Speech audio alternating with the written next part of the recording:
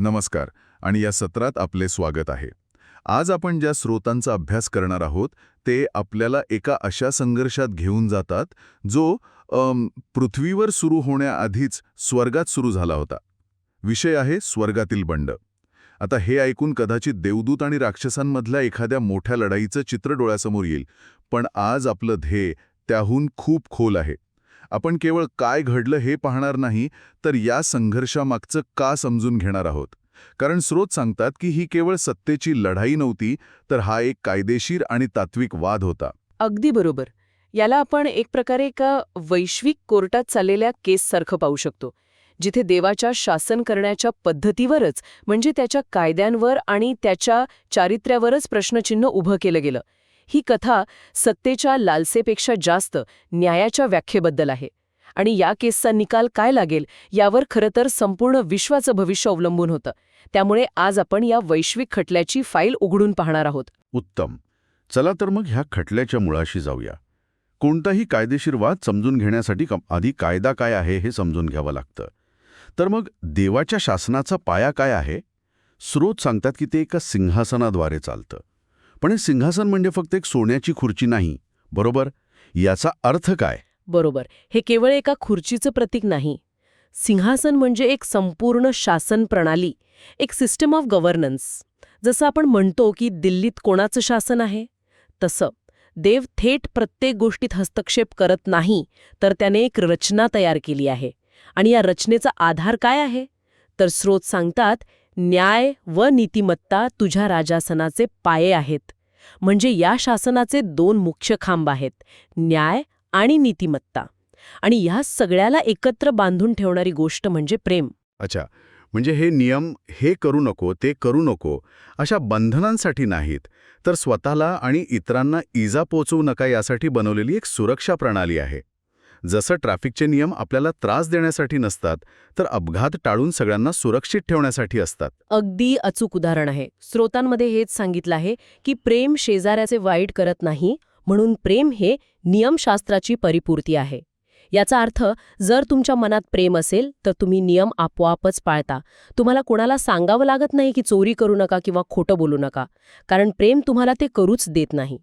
देवाचा कायदा हा निर्बंध नाही, तर म्हणजे संबंधांचा पाया आहे. यावरच संपूर्ण विश्वाची रचना टिकून आहे. आणि इथेच एक महत्त्वाचा मुद्दा येतो. स्रोत सांगतात की या सिंहासनावर कोण बसतं यावर विश्वाचं भविष्य अवलंबून आहे, कारण जो सिंहासनावर बसतो तोच कायद्याचा अर्थ लावतो. प्रभू येशूने देवाचं नाव वारसा हक्काने मिळवून या सिंहासनावर स्थान मिळवलं, असंही स्रोत सांगतात. म्हणजे ही प्रणाली प्रेम आणि न्यायावर आधारित आहे, हे अगदी स्पष्ट आहे. मग अडचण नेमकी कुठे निर्माण झाली? इतकी सुंदर आणि योग्य व्यवस्था असताना तिला आव्हान देण्याचं कारण काय? अडचण तेव्हा निर्माण होते जेव्हा कोणाला तरी वाटतं की ही व्यवस्था चुकीची आहे. जेव्हा कोणीतरी म्हणतं की प्रेमाचा कायदा कमकुवतपणा आहे आणि खरी शक्ती नियंत्रणामध्ये आहे. जेव्हा या प्रेम आणि न्यायावर आधारित शासनाला थेट आव्हान दिलं जातं. आणि हे आव्हान देणारी व्यक्ती होती ल्युसिफर. हो, आणि इथेच कथेला एक वेगळं वळण मिळतं. लुसिफर, ज्याला सकाळचा तारा किंवा हेलेल असंही म्हणतात, यशयामध्ये त्याच्या मनात काय चाललं होतं याचं वर्णन आहे. तो म्हणतो, मी स्वर्गात चढेन, मी देवाच्या ताऱ्यांवर माझे आसन उंचावीन. आणि मग तो म्हणतो, मी परात्परासारखा होईन.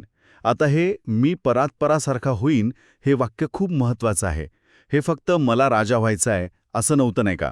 नाही, अजिबात नाही. ते त्यापेक्षा खूप जास्त होतं. मी परात्परासारखा होईन याचा अर्थ मीच ठरवेन काय बरोबर आणि काय चूक. माझे नियम, माझी व्यवस्था. ही केवळ आज्ञाभंग करण्याची गोष्ट नव्हती, ही थेट घटनेलाच आव्हान देण्यासारखी गोष्ट होती. जणू कोणीतरी म्हणतंय की लोकशाही ही संकल्पना चुकीची आहे आणि आतापासून फक्त माझी हुकुमशाही चालेल. त्यांनी देवाच्या शासन करण्याच्या हक्कालाच आव्हान दिलं. म्हणजे हा एक प्रकारचा सत्तापालट करण्याचा प्रयत्न होता. पण त्याची रणनीती खूप हुशारीची होती. तो सैन्य घेऊन थेट लढायला नाही गेला. त्याने एक विचार, एक कल्पना लोकांच्या मनात पेरली. त्याने देवाच्या शासनाच्या पायावरच हल्ला केला. बरोबर. हीच गोष्ट या बंडाला इतकं गुंतागुंतीचं आणि धोकादायक बनवते. लुसिफरने बळाचा वापर नाही केला, तर त्याने युक्तिवादाचा वापर केला. त्याने एक कायदेशीर आणि तात्विक हल्ला चढवला. त्याने इतर देवदूतांना पटवून देण्याचा प्रयत्न केला की देवाच्या प्रेमावर आधारित शासन प्रणालीच सदोष आहे. तो स्वतःला एका क्रांतिकारकासारखा सादर करत होता, जो सगळ्यांना देवाच्या अन्यायकारक नियमांमधून मुक्त करणार होता. आणि कोणत्याही युक्तिवाद पटवून देण्यासाठी एक भक्कम मुद्दा मांडावा लागतो. मग त्याचा नेमका युक्तिवाद काय होता? त्याने इतर देवदूतांसमोर नक्की कोणता मुद्दा मांडला जो त्यांना इतका पटला की 1/3 देवदूत त्याच्या बाजूने उभे राहिले? त्याचा युक्तिवाद 2 टप्प्यांत होता आणि तो खूप धूर्त होता. पहिला टप्पा आपल्याला इयोबच्या पुस्तकात दिसतो. तिथे सैतान देवाला काय म्हणतो? तो म्हणतो, इयोब तुझी भक्ती फुकट करतो काय? तू त्याला भरभरून दिला आहेस म्हणून तो तुझी सेवा करतो. तू सगळं काढून घे, मग बघ तो तुझ्या तोंडावर तुझी निंदा करेल. इथे तो देवाच्या चारित्र्यावर हल्ला करतो. तो म्हणतो की देवाचं आणि त्याच्या भक्तांचं नातं हे प्रेमाचं नाही, तर केवळ देवाणघेवाणीचं आहे. तुम्ही आज्ञा पाळा, मी तुम्हाला बक्षीस देईन. 1 मिनिट, पण हा युक्तिवाद देवदूतांना कसा पटला असेल? देवाचं प्रेम अनुभवल्यानंतरही त्याचे नियम पाळणं अशक्य आहे ही गोष्ट ते कशी स्वीकारू शकले? कारण या युक्तिवादाचा पुढचा टप्पा अधिक गंभीर आणि वैयक्तिक होता. सैतानाने दावा केला की देवाच्या आज्ञांचे पालन करणं सृष्टीतील जीवांना शक्यच नाही. तो म्हणाला, देव तुमच्याकडून अशा गोष्टीची अपेक्षा करतो जी तुम्ही कधीच पूर्ण करू शकत नाही, आणि जेव्हा तुम्ही चुकता तेव्हा तो तुम्हाला शिक्षा देतो. हा तर अन्याय आहे. हा त्याचा बंडाचा कायदेशीर आधार होता.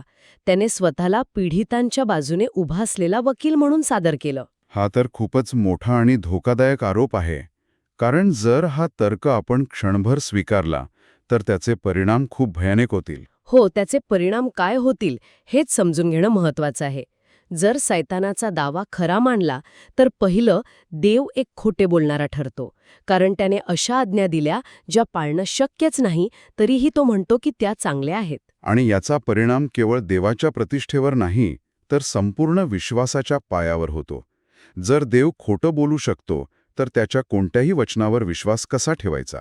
संपूर्ण विश्वाचा आधारच ढासळतो. अगदी बरोबर. दुसरा आणि त्याहूनही गंभीर परिणाम म्हणजे देव याच नियमांनुसार न्याय करतो. आणि जर नियमच पाळता येत नसतील तर प्रत्येक जीव दोषी ठरेल आणि मृत्यूला सामोरा जाईल. या तर्काने देव एक हत्यारा ठरतो आणि त्याचे प्रेमळ वाटणारे नियम प्रत्यक्षात हत्येचे साधन बनतात. हे तर खूपच धक्कादायक आहे. म्हणजे सैतानाने देवालाच एका खलनायकाच्या भूमिकेत उभं केलं. मग यावर सैतानाचा उपाय काय होता? त्याने काय पर्याय सुचवला? त्याचा उपाय साधा होता. हे नियमच काढून टाका, आज्ञा रद्द करा, प्रत्येकाला स्वतःच्या इच्छेप्रमाणे जगण्याचं स्वातंत्र्य द्या. पण स्रोत सांगतात की हाच खरा धोका होता. जर एकमेकांवर प्रेम करा आणि एकमेकांचे वाईट करू नका हा नियमच काढून टाकला तर काय होईल? सृष्टीतील जीव स्वार्थासाठी एकमेकांनाच नष्ट करतील. त्यामुळे स्वातंत्र्याच्या नावाखाली केवळ अराजकता माजेल. म्हणजे स्रोत हे चित्र पूर्णपणे उलटवतात. ते सांगतात की सैतानच सुरुवातीपासून खरा खोटं बोलणारा आणि हत्यारा आहे. योहानच्या पुस्तकात स्पष्ट म्हटलं आहे, तो प्रारंभापासून मनुष्यघातक होता, कारण तो लबाड व लबाडीचा बाप आहे. सैतानच जीवांना देवाच्या प्रेमापासून आणि जीवनापासून वेगळे करतो आणि त्यामुळे तोच खरा हत्यारा आहे. तो देवावर तेच आरोप करतो जे तो स्वतः करत असतो. हो, तो देवाच्या चारित्र्यावर चिखल फेकतो, त्याच्या नियमांना सदोष ठरवतो आणि स्वतःला एक मुक्तिदाता म्हणून सादर करण्याचा प्रयत्न करतो. हाच त्याच्या बंडाचा गाभा होता. ठीक आहे, हे सगळं स्पष्ट आहे. लुसिफरने बंड केलं, देवाच्या चारित्र्यावर एवढा मोठा आरोप केला, 1/3 देवदूतांना आपल्या बाजूला ओढलं. मग देवाने त्याला आणि त्याच्या साथीदारांना लगेचच नष्ट का नाही केलं? कोणताही शासक आपल्याविरुद्ध बंड करणाऱ्याला तात्काळ शिक्षा देतो. शक्तीचा वापर करून हे बंड चिरडून का टाकलं नाही? या संपूर्ण कथनाकातला सगळ्यात महत्वाचा आणि गुंतागुंतीचा प्रश्न आहे, आणि याचं उत्तर देवाच्या चारित्र्यामध्ये दडलेलं आहे. स्रोत सांगतात की देवाने त्याला लगेच नष्ट केलं नाही, त्याने बंडखोर देवदूतांना अंधारात कडित केले. पेत्र आणि यहुद्या यांच्या पत्रांमध्ये याचा उल्लेख आहे. त्यांना टार्टारस नावाच्या ठिकाणी ठेवलं गेलं, ज्याचा संबंध स्रोत निराकार आणि अंधारमय पृथ्वीशी जोडतात. पण मूळ प्रश्न उरतोच, तात्काळ शिक्षा का नाही? हो, कारण जर देव सर्वशक्तिमान आहे तर त्याने एका क्षणात हे संपवायला हवं होतं. यामागे काय विचार होता? याला असं समजा की एका मोठ्या कंपनीच्या सीईओवर एका हुशार आणि लोकप्रिय कर्मचाऱ्याने भ्रष्टाचाराचा आणि अन्यायाचा आरोप केला. जर सीईओने त्या कर्मचाऱ्याला लगेच नोकरीवरून काढून टाकलं तर बाकीच्या कर्मचाऱ्यांच्या मनात काय येईल? त्यांना वाटेल की आरोपात नक्कीच काहीतरी तथ्य होतं आणि ते उघडं होऊ नये म्हणून सीओने त्याला गप्प केलं. बरोबर. सीओची कृतीच त्याच्या दोषी असण्याचा पुरावा वाटेल. त्यामुळे इतर कर्मचाऱ्यांचा सीओवरचा विश्वास उडेल. अगदी. तेच या संपूर्ण घटनेचे प्रेक्षक होते उरलेले देवदूत. त्यांनी सैतानाचा आरोप ऐकला होता.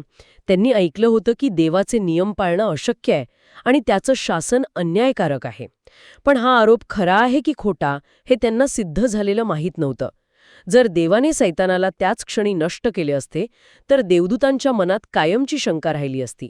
त्यांना वाटलं असतं कदाचित सैतान खरं बोलत असेल आणि देवाने सत्य लपवण्यासाठी टीकाकाराचा आवाज दाबला. आणि मग देवाचं राज्य भीतीवर चाललं असतं, प्रेमावर नाही. देवदूतांनी आज्ञा पाळल्या असत्या, पण शिक्षेच्या भीतीने, आदराने नाही. आणि भविष्यात दुसरा किंवा तिसरा सैतान उभा राहिला असता, जो पुन्हा तोच प्रश्न विचारत राहिला असता. अगदी बरोबर. देवाला केवळ सत्ता टिकवायची नव्हती, त्याला आपलं शासन न्यायपूर्ण आणि प्रेमळ आहे हे सिद्ध करायचं होतं. त्याला हे दाखवून द्यायचं होतं की त्याचे नियम खरोखरच सृष्टीच्या भल्यासाठी आहेत आणि ते पाळणं शक्य आहे. आणि हे सिद्ध करण्यासाठी केवळ शब्दांची नाही तर कृतीची गरज होती. आरोपांचं खंडन करण्यासाठी वेळ देणं आवश्यक होतं. सत्य काय आहे हे उघड करण्यासाठी हा संघर्ष होणे आवश्यक होते. केवळ बळाचा वापर करून प्रश्न सुटला नसता, तो फक्त काही काळासाठी दाबला गेला असता. म्हणजे देवाने सैतानाला एक संधी दिली की तुझा मार्ग कसा आहे हे तू जगाला दाखव. आणि त्याचवेळी देवाने स्वतःचा मार्गही सिद्ध करण्याची जबाबदारी घेतली. इथूनच त्या वैश्विक नाटकाला सुरुवात झाली. हो, हा देवाचा दुर्बलतेचा नाही तर त्याच्या प्रचंड आत्मविश्वासाचा आणि न्यायावरच्या निष्ठेचा पुरावा होता. त्याने ठरवलं की तो आरोपांना सामोरं जाईल आणि पुराव्यांनिशी ते खोटे ठरवेल, जेणेकरून भविष्यात असा प्रश्न कधीही निर्माण होणार नाही. तर मग या सगळ्याचा अर्थ काय? आजच्या चर्चेतून हे स्पष्ट झालं की स्वर्गातील बंडाला केवळ एका लढाई म्हणून नाही तर देवाच्या नियमांच्या स्वरूपावरील एका कायदेशीर विवादाच्या रूपात पाहिलं पाहिजे. हा संघर्ष केवळ सिंहासनासाठी नव्हता, तर कोणत्या तत्वांवर, प्रेम की स्वार्थ, सत्य की असत्य, यावर हे विश्व चालेल यासाठी होता. आणि यातून आपण एक महत्त्वाचा धडा घेऊ शकतो. सैतानाला तात्काळ नष्ट न करण्याचा देवाचा निर्णय हा त्याच्या दुर्बलतेचं लक्षण नव्हते, तर स्वतःचे चारित्र्य आणि आपल्या शासनाची नीतिमत्ता सिद्ध करण्याची त्याची वचनबद्धता होती. हा निर्णय दाखवतो की देवाला भीतीवर आधारित आज्ञाधारकता नको आहे, तर प्रेमावर आणि विश्वासावर आधारित संबंध हवे आहेत. या एका निर्णयाने त्या मोठ्या वैश्विक नाटकाची पायाभरणी केली, जिथे या आरोपांची सत्यता पडताळून पाहण्याची संधी सर्वांना मिळणार होती. आणि हे सगळं आपल्याला एका अंतिम विचाराकडे घेऊन जातं. स्रोत सांगतात की देवाला हे सिद्ध करण्याची गरज होती की त्याच्या आज्ञा पाळल्या जाऊ शकतात आणि त्या जीवनासाठी आवश्यक आहेत. यातून एक खूप मोठा प्रश्न मागे उरतो. देव हे अशा कोणत्या मार्गाने सिद्ध करणार होता की ज्यामुळे हा वैश्विक वाद एकदाचा आणि कायमचा मिटला असता? असा कोणता पुरावा तो सादर करणार होता जो सैतानाच्या प्रत्येक आरोपाचं खंडन करेल?